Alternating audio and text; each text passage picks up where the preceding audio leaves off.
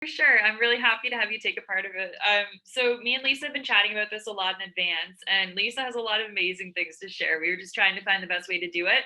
I think especially because this is the last session of the day, we want to make it as interactive as possible. So for Lisa's founder chat, we're going to do more of a Q&A. So we've chatted about some things ahead of time. I have a lot of questions prepared for Lisa, but also we encourage you folks to send as many through the chat as you can. Lisa's going to get started with a quick introduction on herself, and then I encourage you to send as many questions. We'll start with you folks, and then after that, we'll just kind of back up to the ones that I've prepared based on Lisa and I's chat. But yeah, we have half an hour left, just like the last session. Since we started late, we'll end a bit later as well. But yeah, I'm really excited to have you out, Lisa, and I'm excited to learn a lot more about your journey to founding Pivotal Coaching too, because we've done a lot of sessions with Pivotal Coaching in the past through your coaching work, but I'm happy to hear more about you as an entrepreneur too, because you're entrepreneurs. Oh, thank you. Yeah, and I tend not to talk about myself as much because it's not about me in the workshops. It's really about the participants. So by introduction, obviously, Lisa Haydon. I have been a first-time entrepreneur for about 3.5 years. In my 50s, I decided to start Pivotal Coaching. I left a 20-plus year corporate career to follow a vision and a passion. We heard that a number of places today, and that definitely was my fuel to take me on this journey.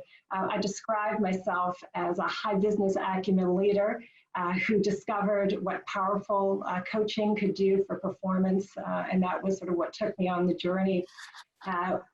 I think it was late last year, I connected with a mentor who I'd met in year one of my business, and we were catching up. I caught up with her on her work, and she wanted to know where I was with my business. And as all effective executives are, she got to the very direct questions pretty quickly. And one of the questions she asked me, she said, you know, if you knew then what you know now, would you start the business? And I have to say, it made me pause.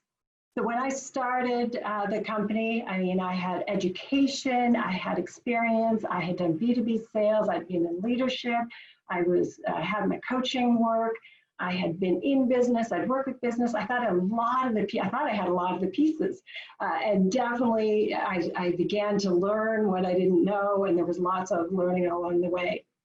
How did I answer her question? The answer was definitely yes. So I am fueled every day by this vision and passion that energizes me for the work, and it helps me get through the tough times.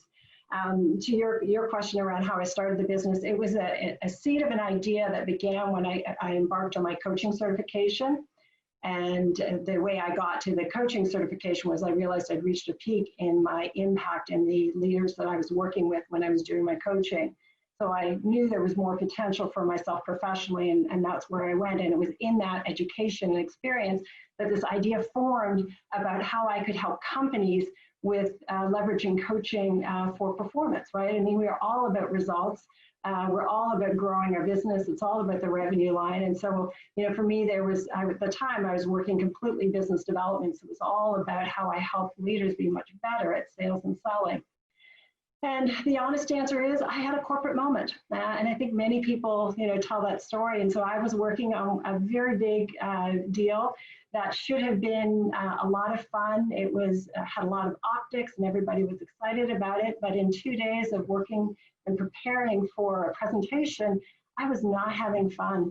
And so I went to one of the team leads and I just shared with him what was going on and how I was feeling. And I shared some ideas and we weren't on the same page. And I went home to my husband that night and I said to him, I said, I want to quit my job. I want to start Pivotal Coaching. And his response was, well, finally, you know, you should have done this a while ago. And so it was there. 3 weeks later, I started Pivotal Coaching. And, you know, my vision was a B2B company. And like so many founders, you know, you start and you have to work through it. So year one was about experimenting and trialing. I did B2C in working with clients. And so, you know, 3.5 years later, today I am a B2B company that works with a lot of large corporations out of Toronto and Atlanta, Canada. I spend most of my time working with growth stage companies and organizations like startups and PEI and Volta. So that's sort of a little bit about me and my story, but I think, Rachel, when we chatted, I think I'd love to hear the questions that have come in, because I think there's a lot of stories I'd like to augment from some of the, I'd say, themes that we heard today, but potentially didn't hear some of the more stories behind them. So I think I can augment a lot based on my own entrepreneurial journey. For sure, I completely agree. And I think a big theme of the day, and especially coming out of that last session too, has been around mentorship, which I know you have a lot to offer in that topic. So I'm excited to dive into it. But I know a big thing we talked about in our discussion was just starting a business and the hardest parts of that, especially with breaking into sales as a woman, especially coming out of that last segment too. That's a big one. But then also gaining the confidence, seeking help from mentors. For you overall, like what were the hardest parts of starting your business and how did you overcome them? So I think I would capture as two things. It was way harder than I thought it was going to be. So the hard work, was just intense and continues to be. And then the second one is fear of failure. And that was, the why. There's this voice that runs through your mind that, or the what if those people who thought I was crazy when I left corporate are right? What if the vision or the idea that I have is really not that great? What if I really don't have what it takes to be a successful entrepreneur? And so that, and the story I'd offer with that is actually, it's got a connection to the PEI business community. My mentor coach at the time was a coach by the name of Lisa Chandler. She's Charlottetown based, and we were just talking about leadership, and I was just, I think I was holding back on some of my own leadership, and in Lisa Chandler's ever effective way, she said to me, you need to think about yourself as a CEO. And she said, you are a CEO. You're a CEO to yourself, to your clients, and to your network. And, she really called me on, my own attitude to stepping into leadership. And so that conversation really changed my perspective and got me stepping in to being bolder and thinking about myself in a full leadership capacity. And I think, when you think about if you fuel the fear of failure, what gets in the way is that ability to think strategically and also to be bold. And I think we all know, we all heard the stats that as a female founder, as a female entrepreneur, as a female leader, you've got to work 10 times harder to realize what you want. So definitely that fear of failure. And then, it's still there. It's definitely diminished. I call my husband my chair of my board, and he's a phenomenal champion. And he is also exceptional at, just laying it out there and saying to me, Lisa, get out of your head and just go do what you do. And, those types of, again, people, the network, and your own attitude about things help work through that and overcome, keep managing that fear of failure. Nice. I love that. It's nice to hear about the supports you have in your life too, with your partner and then from your coaches, just because a lot of people do see you as a support in their business. So it's nice to see how you started off as well. I know a big thing we chatted about whenever we were talking about relationships with clients was that when you have sales meetings, you think of them more as conversations, and that comes a lot in your workshops and your work too. And I know a big theme this morning was chatting about community and how entrepreneurs can foster community. Maybe if you want to chat a bit more on that and how you're able to create those environments within sales and leadership. Okay, so do you want me to talk about sort of building a sales community, or do you want me to focus on that conversational style of selling? Yeah, I guess those were two different questions. Let's start with the conversational style, and then we can get into the sales after. Okay. So on the conversational style, people use the word selling, and then it gets feeling overwhelming. And, if you go online and you start to Google, it is just, there's all these people that have these, proven methodologies, and they've got these scripting and the languaging. And for me, it comes back to the human side of buying. So many of the marketers, Caitlin Burgoyne, they would talk about, B2B buyers, 80% of the, up to 80% of the buying is based on emotion, right? So that means that, B2B sales, which obviously is my focus, is human. And by focusing on the people and the buyers, then that's how you influence the sale. And in my own experience in coaching work, I see how the trap can be that you're so focused on the sale that you're leading with your agenda and you're trying to sell too hard.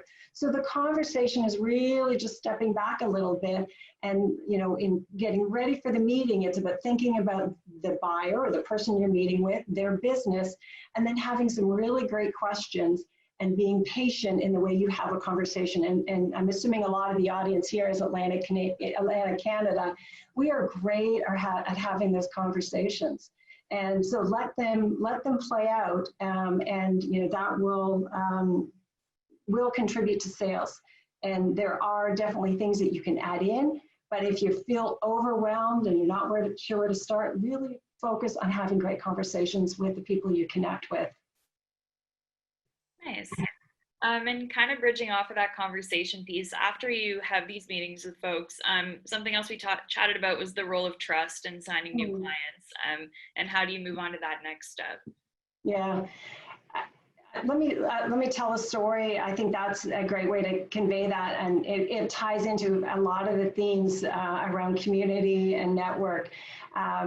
Early in my business, I'd had coffee with one of my business and personal connections and was sharing with her what I was working on. And in the course of that conversation, she offered obviously insights, some advice, and some suggestions of people I should meet with. And one of the people that she came up with was one of her Toronto connections. And so she facilitated an introduction to this leader who was in a Toronto-based law firm. And he agreed to meet with me. And so when I was in Toronto, in the days when we traveled, he had a coffee with me. And honestly, he had a coffee with me because his friend had asked him to have a coffee with me. So I, obviously was expecting to have a nice coffee with a Haligonian, and that would be the end of it. But in the course of that conversation, we had a great connection. We talked strategy, we talked business, we talked the law firm industry, we talked leadership, we talked sales, and we talked coaching. And at the end of the conversation, he said to me, Lisa, he goes, there's something here. And he goes, I really like you and I like your philosophy. And he said, we need to keep talking. And the conversation continued. And the reason that continued was that the introduction, the trust-based introduction, accelerated his acceptance of me. I then earned my position to keep the conversation going. We talked for 12 months. We met several other times. I augmented, right? I always did what I said I was going to do, and I was consistent. And at the end of 12 months, he said, Lisa, there's something here that we do want to work with you. And he said, the problem is, he said, I'm going to have a hard time selling a deal to this, and it's a big law firm. And he said, I have a hard time selling a deal to my board. And he said, but let me help you. So he then went on to help me structure the deal so that I was then able to present it to the board, to the CEO, and go in. So I continue to work with that law firm today. I'm part of their very close connection. They trust me implicitly. And obviously that started with, leveraging my network, leveraging a conversation very intentionally, and then, being very relational focused that, gave this leader assurances that I was exactly how I represented myself and as how I'd been introduced. Nice. Yeah, no question about it. You're definitely very relational focused. And I think that's really awesome, the way that you go about those meetings. So how about for the customer interactions that don't go quite as positively? One thing we chatted about, especially with the coaching industry, which is something that I didn't really understand. So I love learning about it a bit more from you anytime we chat. But yeah, not everyone likes you in that industry. So how do you manage that? And I'm sure a lot of entrepreneurs can relate to that in their own industries as well. Yeah. Well, and there's a couple pieces to it. I mean, there's the industry. So coaching is, and I was so passionate about coaching that I didn't really realistically expect how definitive people's views were on the coaching. So you either love coaching or you don't. There's not a lot of in between. So there's the industry. There's a little bit about my business and the way I'm going. And then there's also me. So, the reactions of people when I started having the conversation was eye-opening. I got good, and this goes back to that interpersonal and that relational, I got really good at reading people's reactions. And so I quickly got better at understanding their view or figuring out their view of coaching, and then getting a little more thick skin. And I think the big thing is, and we've heard it a couple times today, is that when you're really clear on your vision, your purpose, passion, and that you've got, you've got enough of your supporters who are saying, you're doing the right thing. And for me, that's those most important voices, and we didn't get into a lot today, but it's the customer voices. And that was, that my customers kept telling me about the value I was delivering, that, that the work I was doing was different. And, there was one story of a transformational, really strong transformational change in a leader. And so for me, I started to realize that, you know what, other people may not like me, my business or coaching, but I've got this other community here. I've got these customers that are super happy. So I got a thicker skin around, the what I heard, how I react. And I think the big thing is once you get clear on your ideal customer and your ideal buyer, there's less of that. And so early days, I reached wide, and now that I've got a better sense, I know where I fit company-wise and personality-wise, so that helps. Nice, that's awesome. I heard you mention a few times in that having a thick skin, which I feel like is very important for sales too, and that's a nice way to put it. But I think another thing that kind of comes off that, and it's definitely a very common question or concern we see from entrepreneurs, is how do you stay focused, and how do you learn how to say no when the time comes you just can't take on a new project, or maybe it isn't right for your business? Yeah. Well, obviously that's one of my own personal development opportunities. I'm fueled by ideas, so that analogy of chasing the shiny new thing is something that I'm definitely guilty of. And under stress, and I see it more and more, the clients that I'm working with in the pandemic conditions, it's harder and harder to stay focused. For me, I come back to systems and process. And so it is about things like vision. It's things like, what is my routine around quarterly?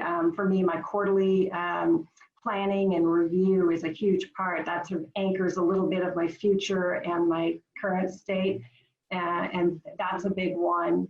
So for me, the focus is always a challenge. The other area that I get help on that is that I do have my own coach, and that, she is very strong about, the goal setting and, keeping track of what's working and not working, and where I may get off track, and calling me on that it's not aligned to, where I had intended to go. So I'd say that's something that for me personally, that I definitely struggle with consistently. And I'd say, one of the things that, we didn't hear it a lot, but there's that whole interruption that's happened that many of us are still working through. And, some people have been clear in their pivots, and others are still kind of figuring it out. And so the focus now is harder, and yet also the focus is even more important, because otherwise it's, are you losing a little bit of momentum or space without that focus? Nice. Yeah, very important. So how have you been able to adapt and pivot in a crisis as far as pivotal coaching goes? So for me, I was just looking to see if there were other questions as well. The pivot, so I was definitely interrupted. 2020 was going to be a great year for me. I had sold a number. So my favorite place to work is cohort. So essentially, these companies hire me to work with a group of people. And I was a week away from launching one cohort, and I had another cohort signed and one that was in play, and all of them went away. So I'm a little cynical about the long-term outlook for my industry. I think that the return of spending on coaching is going to be more protracted. And so the question was, well, what do I do? And within the way I worked, I had a technology-enabled diagnostic that I was using for myself to help my clients. And the question was, well, can I use that maybe a little differently? And I was fortunate enough to do Caitlin Burgoyne's customer camp. And that I focused purely on the product side and, working through that. And so that was the summer. And obviously she's a fierce coach. talk about, getting people focused. She's got process, she's got methodology. She asked the tough questions, and she really helped to get me clearer. That then has allowed me to adapt that. So based on my work that I did, and I'm still working on that, I've now carved out a clearer way of this diagnostic tool that I work with customers. And essentially what it means is that this tech-enabled diagnostic allows companies to cost effectively and efficiently make decisions around investing in people, and the people, and how, and investing in the people side for the goals they need to realize. And so that's where I've been focused, and I've got a couple successful and soon to launch pilots around it, testing it a little bit more, but that's where I've been spending my time. That's amazing. No, it's great to hear what you've been doing. And I know, yeah, you definitely adapted and pivoted in really great ways in the coaching industry. Not a lot of folks are doing that. So it's nice to see. We don't have any questions in the chat, and those were a lot of the things that we had touched on and wanted to chat about. Now, is there anything else that you want to add just kind of on this note before we wrap up the day? You were our last session of the day. Definitely, again, like I said, last but not least, this has been a lot of great information, and your story is definitely a great one of starting up Pivotal Coaching. So I find that you really practice what you preach. So we always like to hear from you. Thank you for that. Well, I think if I could offer a couple thoughts based on things I heard, the mentorship we talked a lot about. In my own journey, I heard a lot of no's. And so that was interesting. People, again, back to tie it into the comment about people who didn't like my industry, didn't like my business. I heard a lot of no's for my asks of mentorship, and I persisted.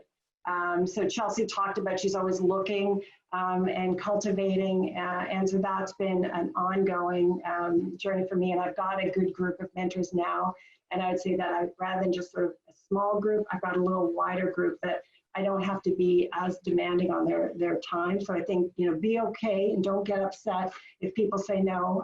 And so when it fits, it fits.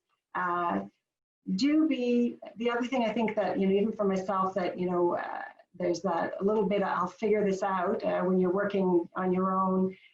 Ask for help more often, and don't be hesitant to ask for help, because it's always interesting when my asks have been more direct for help. What has surfaced there. So that's interesting. And then the final thing that we heard a little bit, and it was touched on in the previous panel, is the confidence piece. And it was Brenda who touched on it. She shared, that the confidence is built by doing. And that is a big one. So if you haven't read the Confidence Code, I highly recommend that. That I wish I'd read earlier. I bought it for my two stepdaughters that are 28 and 29, and that was asked to be mandatory reading. But that's a great book. So I'll pause there. So. Sweet. No, that's amazing. And I did say we'd go an extra 5 minutes just because we started 5 minutes late. So we do have another question in the chat from John. So John just has a quick question about coaching techniques. He said, how can peer or group coaching help everyone in the world, not just entrepreneurs? As a great tool, we all struggle to find our way in the uncertain present and unknown future. Ooh. Okay, where do... Where I'm hesitating is there's a couple ways that we can go with this question. So John, you may need to weigh in here. So one of the interesting questions is how you define coaching. And so some people see coaching as telling and talking, where for those that are more intentional, it is about facilitated questions and insights. So John, where does that comment take your question?